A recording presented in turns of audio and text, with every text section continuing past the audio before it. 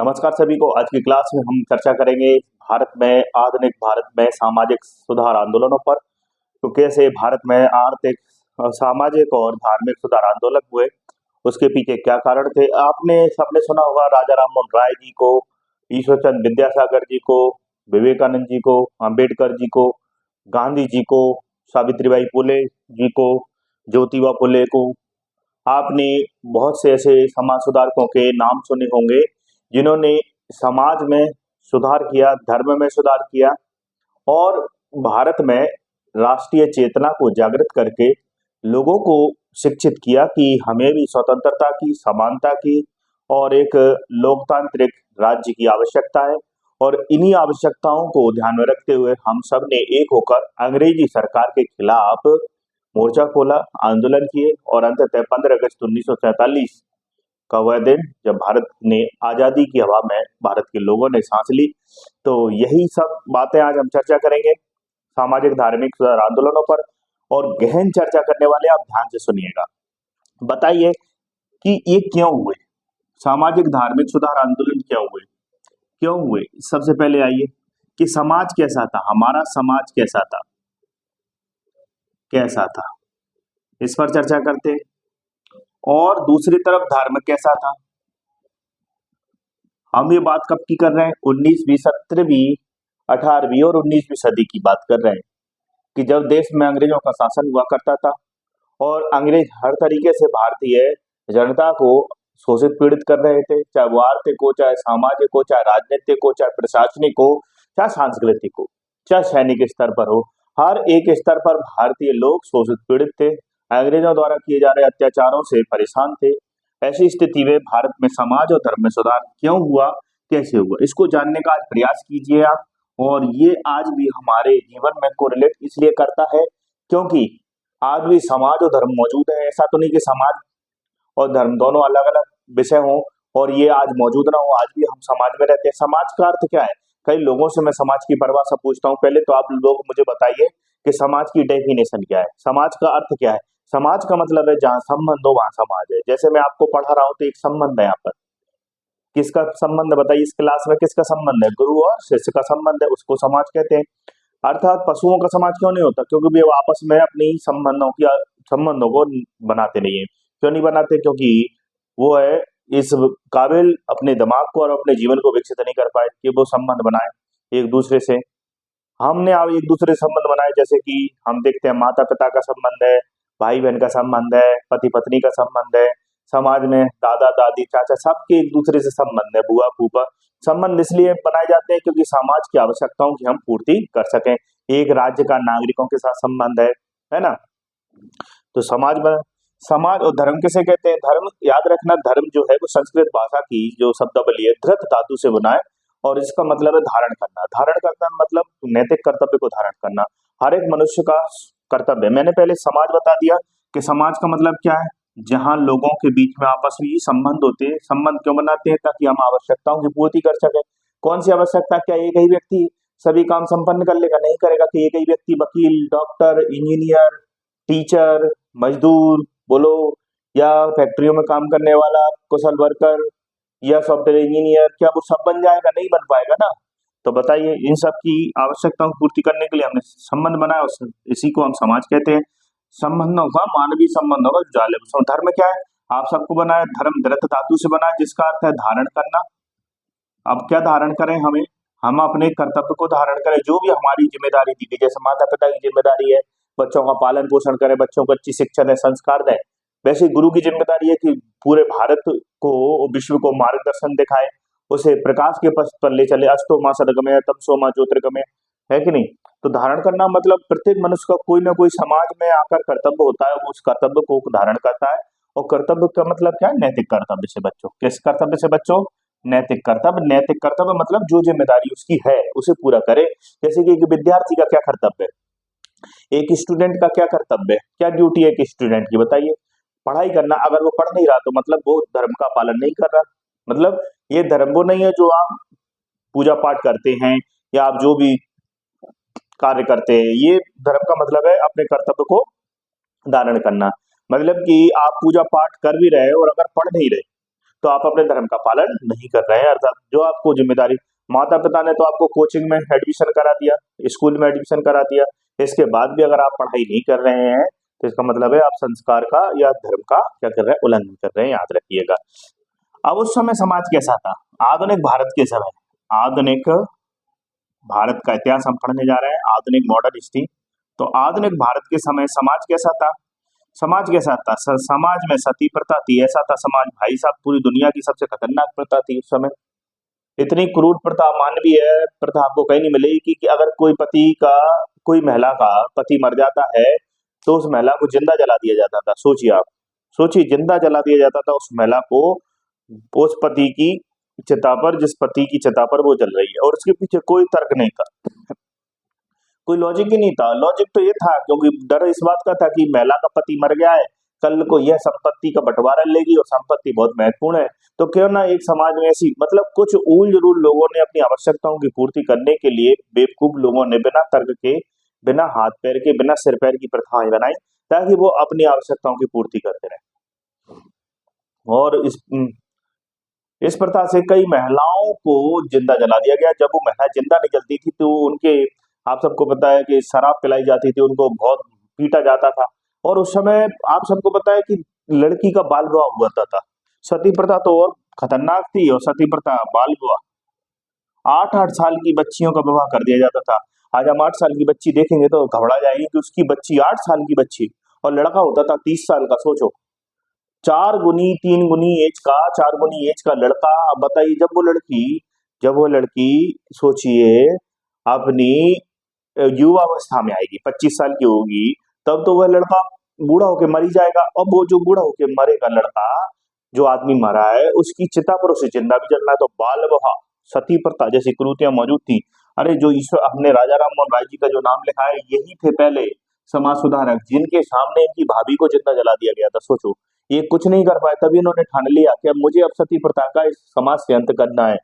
सोचिए, बाल विवाह, सती प्रथा, विधवा, विधवाओं की स्थिति दिन में, याद रखना, यहाँ विधवाओं की तो बहुत बुरी स्थिति थी। अगर किसी महिला का पति मर जाता था, आपने एक फिल्म देखी शोले, उसमें आपने देखा होगा एक विधवा महिला रहती थी, उसका घर भी अलग था, मतलब उसे एक कोठरी में अलग रखा जाता था, उसको सफेद कपड़े दे दिए गए थे, उसे हर एक रंगारंग कार्यक्रम से निष्कासित कर दिया गया था। कोई महिला अगर विधवा हो जाए तो आज भी हम समाज में देखते हैं कि उसे ऐसी नजरों से देखा जाता है जैसे उसने अपराध कर दिया हो।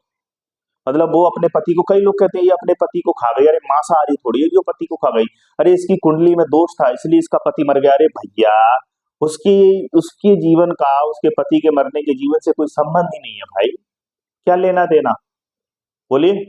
परंतु बहुत, आज देखिए, आज भी ये स्थिति है कि एक महिला को पूरा जीवन, अगर कोई महिला विधवा हो जाए तो पुनर्विवाह होना बहुत मुश्किल है, उसका फिर से विवाह, विधवा पुनर्विवाह होना बहुत मुश्किल है। समाज में उसे बहुत घृणा की नजरों से देखा जाता है, जबकि उसका कोई दोष नहीं है भाई। आज भी समाज में कुरीतियां मौजूद हैं, विधवा, बाल विवाह आज भी मौजूद हैं कई जगह। पर्दा प्रथा, पर्दा प्रथा आज भी आप देखेंगे कि महिला को पर्दे में रखा जाता है।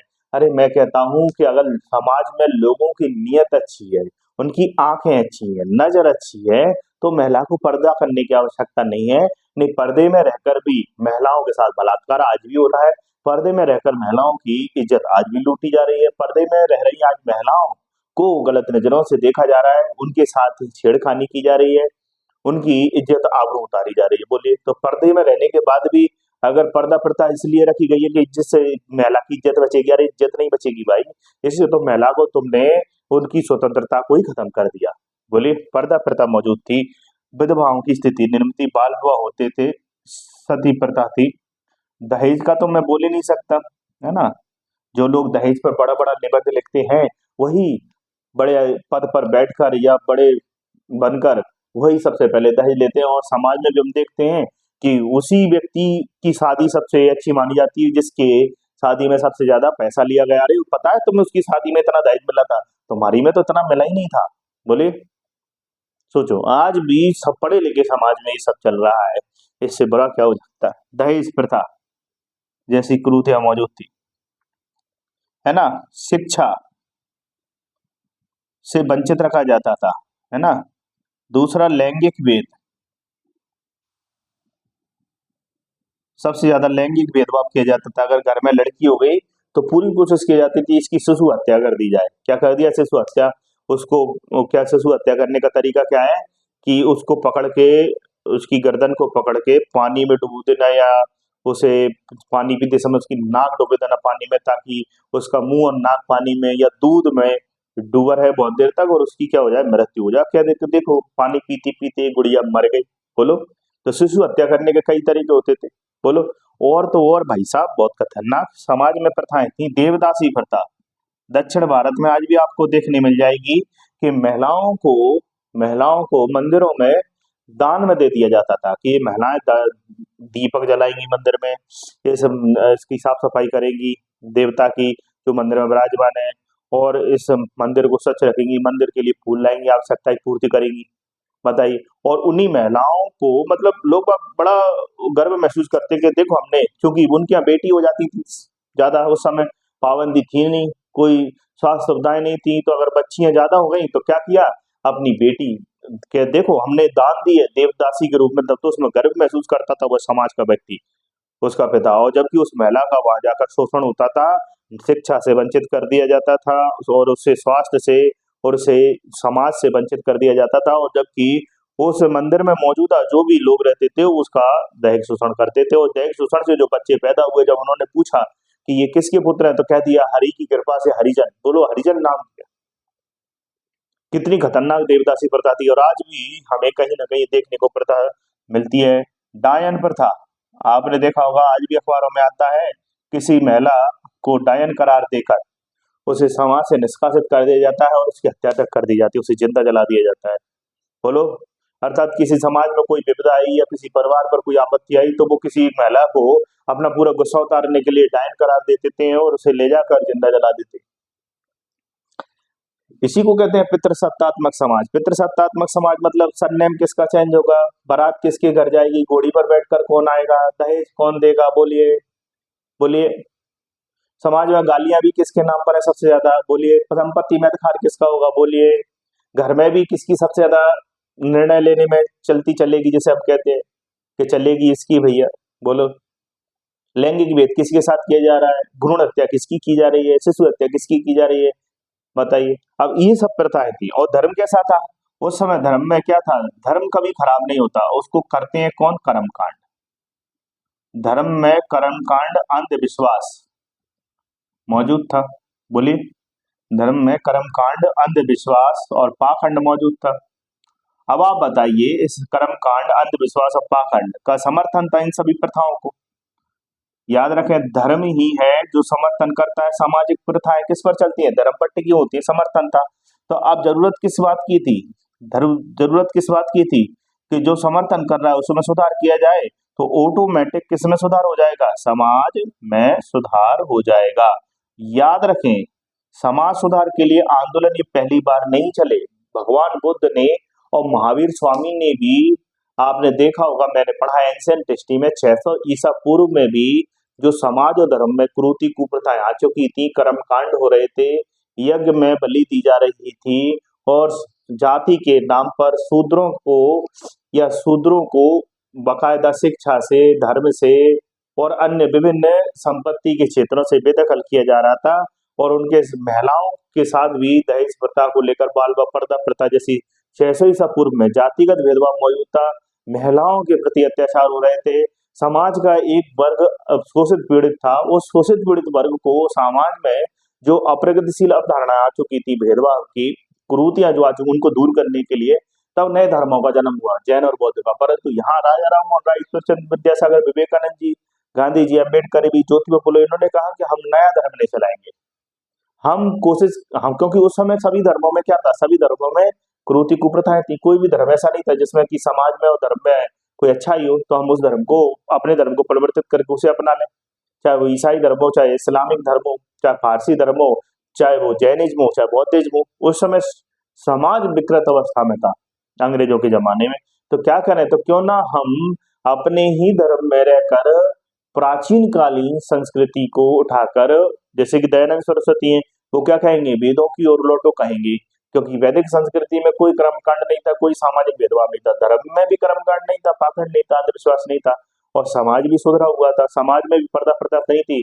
महिलाओं को स्वतंत्रता थी, समाज में पितृसत्तात्मक समाज था, पर बराबरी का अधिकार था, कोई लैंगिक भेद नहीं था, कोई भ्रूण हत्या नहीं होती थी, कोई दहेज प्रथा नहीं थी। बोलो, इसलिए दयानंद सरस्वती ने कहा भेदों की ओर लौटो। हम एक एक व्यक्ति पर विस्तार से चर्चा करेंगे कि दयानंद सरस्वती जो कि मूल शंकर नाम था, और कैसे दयानंद सरस्वती बने, ईश्वर चंद्र विद्यासागर कैसे ईश्वर चंद्र विद्या के सागर बने, और अंग्रेज इन्हें नतमस्तक करते थे, कैसे इन्होंने भारत में महिलाओं के लिए पुनर्विवाह के लिए काम किया। दयानंद सरस्वती ने भी स्कूल और कॉलेजों की स्थापना करके महिलाओं को, समाज को कुरीतियों से बचाने का प्रयास किया। राजा राममोहन राय ने, चाहे आत्मीय समाज हो, चाहे ब्रह्म समाज हो, तो दयानंद सरस्वती का आर्य समाज हो, इन सभी सामाजिक व्यवस्थाओं ने, संस्थाओं ने, स्कूल कॉलेज जो इन्होंने स्थापित किए, पत्र पत्रिकाएं लिखी, पाखंड खंडनी हो, चाहे वो आपकी प्रबोधनी हो, चाहे वो सत्य प्रकाश हो, कितनी सारी किताबें इन सब ने लिखकर समाज को, संवाद कौमुदी हो, मिरातुल अखबार हो, समाज को कोशिश की कि भैया समाज ऐसा है। अब बताइए, आपका समाज ऐसा है और धर्म में पाखंड मौजूद है। बोलो, क्या आज आप कंपैरिजन कर सकते हैं कि आज आपका समाज ऐसा है? यस, आज भी हमारे समाज में यह चीजें मौजूद है, आज भी धर्म में यह चीज मौजूद है। तो हमें क्या करना होगा? आज हमारा समाज पता नहीं कौन सी दिशा में जा रहा है। हम अपने संस्कारों को छोड़कर अंधानुकरण कर रहे हैं पाश्चात्यकरण संस्कृति का।